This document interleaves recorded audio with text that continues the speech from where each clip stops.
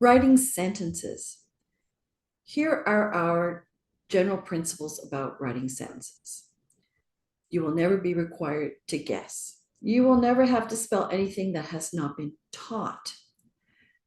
There will be words that we call learned words, high frequency words that may not be completely phonetic, but we use them a lot and it's hard to make sentences without them. We will bring them to your attention before you have to spell them.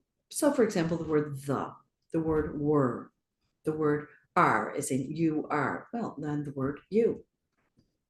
If you think that there is more than one way to spell a sound that you've heard in a word, there will be a spelling guide that has been taught in this lesson or previous lessons to help you make that choice. So, for example, if you hear k in a word and you're thinking, oh, well, that could be C or K or CK, then there's going to be a spelling guide for that. It could be count on C, it could be CK is always at the back to help you make that choice. If there isn't a clear choice, then maybe we've made an error. You could review previous lessons to find out about that. Each sentence that you write, probably there'll be 2 or 3, depending on how long they are, will feature the skill of the day.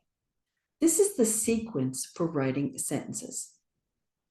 We will say the sentence for you. The learner will repeat the sentence. Then you're going to work on the sentence by yourself.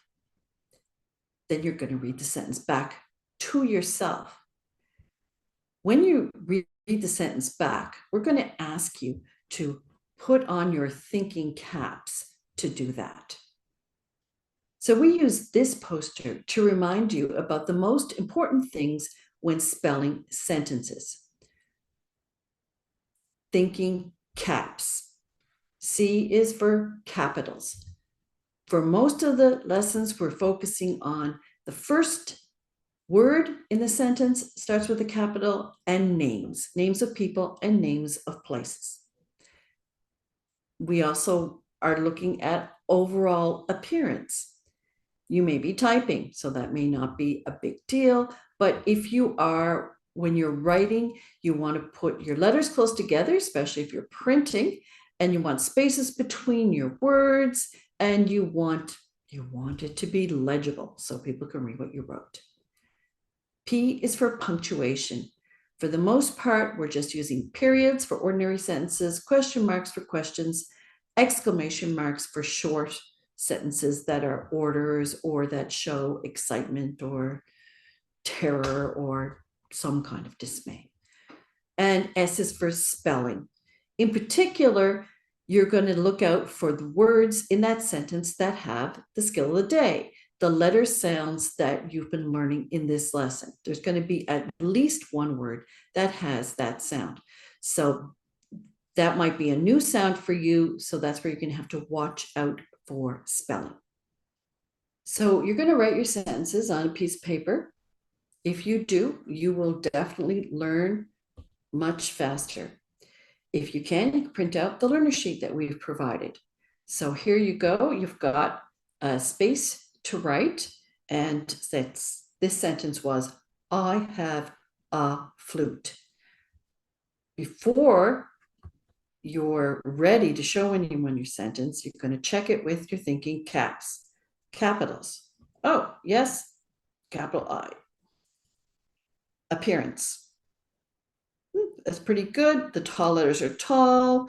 The short letters are short. You can see what the letters are. Punctuation. Oh, there's a period at the end of the sentence. Spelling. I have a flute. Have would be an irregular word that was probably given to you beforehand.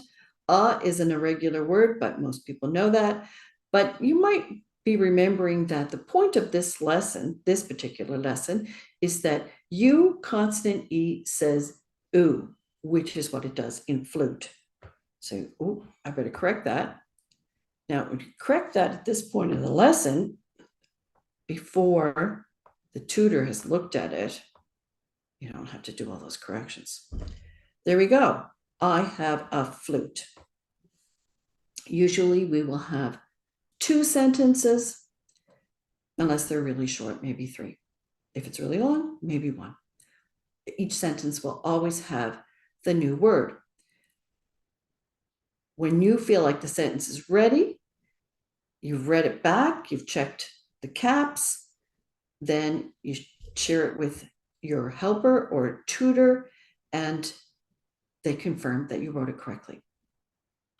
So if you're doing this on your own, after you hear the sentence and repeat it back, that's a good time to stop the video, work on the sentence on your own, check it on your own with the thinking caps, then restart the video, see if you have it correct.